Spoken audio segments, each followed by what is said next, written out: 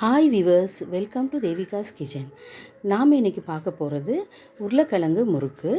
வாங்க எப்படி செய்கிறதுன்னு பார்க்கலாம். அதுக்கு அரிசி மாவு 250, உருளைக்கிழங்கு 1/4 கிலோ, பெருங்காயம், வெள்ளைப்பூடு, உப்பு இவ்வளவு தான் நமக்கு தேவை. பொரிக்கிறதுக்கு எண்ணெய்.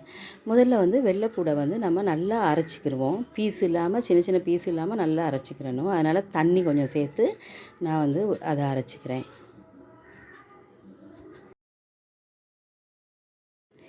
இப்போ உருளைக்கிழங்கையும் மசிச்சுட்டு அதையும் அரைச்சிக்கிடலாம். அதையும் நல்ல பேஸ்ட்டாக துண்டுகள் இல்லாமல் நல்ல மாவாக அரைக்கணும்.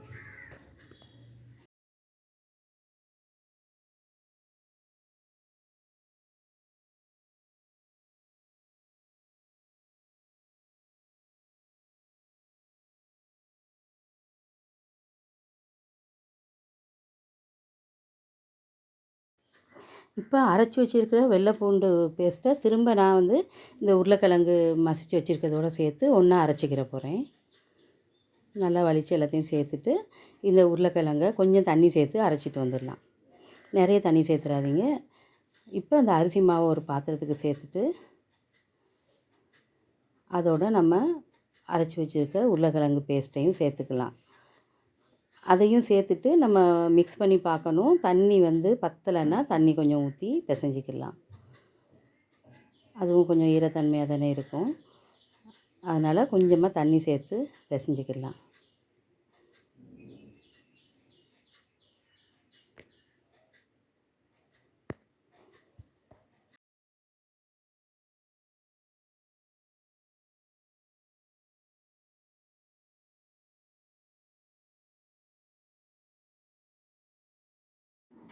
இப்போ இதோட 1/2 டீஸ்பூன் கரம் மசால் பொடி, 1/2 டீஸ்பூன் உப்பு,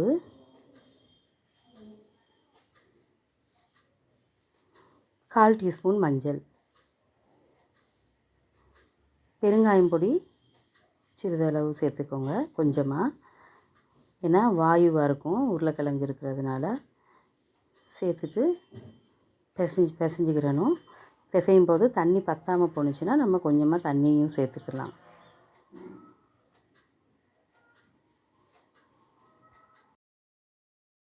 இப்போ இதை பிசைஞ்சு எடுத்துகிட்டு வந்தாச்சு. இதை நம்ம முறுக்கு உரலில் சேர்த்து எண்ணெயில் நேரடியாக புழிஞ்சிக்கலாம். நான் எண்ணெயை காய வச்சுட்டேன் அடுப்பில் ஏற்கனவே. இப்போ இந்த முறுக்கு உரலில் இதை சேர்த்து நேரடியாக நம்ம கடாயில் புழிஞ்சிக்கலாம்.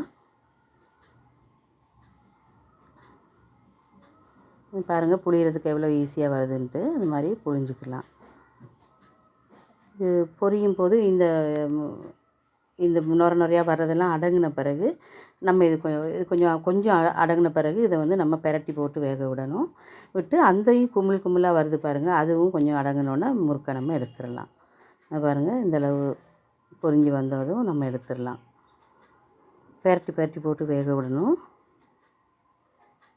அந்த குமிழ் நிறைய அதிகமாக இருக்கிறது கொஞ்சமாக குறைஞ்சோன்னே எடுத்திங்கன்னா கரெக்டான பதமாக இருக்கும்.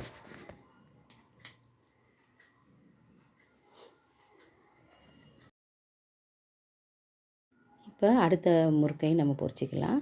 அந்த மாதிரி ஒன்றா பொரித்து நீங்கள் எடுத்துக்கோங்க. இப்போ இதுக்கு சேர்த்துருக்க அளவு 1/4 கிலோ பச்சரிசி மாவு, 1/4 கிலோ உருளைக்கிழங்கு, அவ்வளோதான் நான் அதில் சேர்த்துருக்குறேன். 1/2 கிலோ அளவில் தான் அந்த முறுக்கு நான் செய்கிறேன்.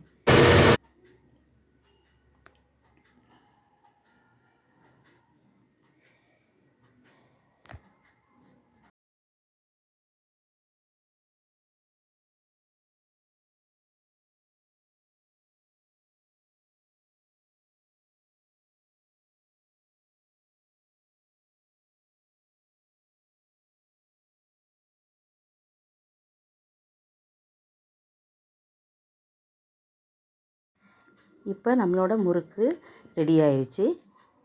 இந்த முறுக்கை நான் கொஞ்சம் உடச்சி விட்டுட்டு அதோட மிளகாய் பொடி, கருவேப்பிலை பொரித்து சேர்த்துக்கிற போகிறேன். பாருங்கள், இந்த மாதிரி சின்ன சின்னதாக பீஸாக உடைச்சி அதோட மிளகாய் பொடி தூவிட்டு கருவேப்பிலை சேர்த்துக்கலாம். ரொம்ப டேஸ்டியாக இருக்கும். இந்த மாதிரி நீங்களும் செஞ்சு பாருங்கள். சின்ன குழந்தைகளுக்கு ஸ்கூல் விட்டு வர நேரம்லாம் நீங்கள் இந்த மாதிரி திடீர்னு செஞ்சிடலாம். ரொம்ப டைம் எடுக்காது. நீங்கள் வீட்டில் உள்ள அரிசி மாவு, இடியாப்பத்துக்கு மாவு வச்சுருப்பீங்க, அந்த மாவை யூஸ் பண்ணி நீங்கள் செஞ்சிடலாம்.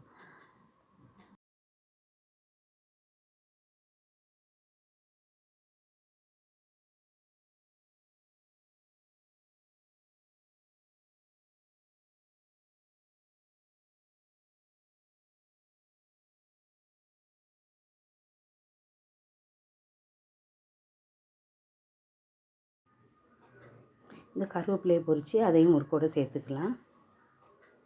இதோடு இப்போ மிளகாய் பொடி, இது ஆப்ஷனல் தான், உங்களுக்கு தேவைன்னா மிளகாய் பொடி கொஞ்சம் சேர்த்துக்கோங்க.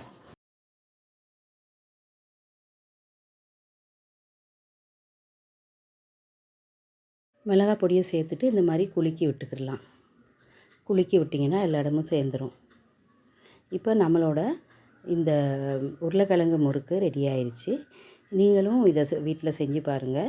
செஞ்சு பார்த்துட்டு வீட்டில் உள்ளவங்களுக்கு நீங்கள் கொடுத்து பாருங்கள். ரொம்ப ரொம்ப டேஸ்டியாக இருக்கும். திரும்ப திரும்ப கேட்பாங்க.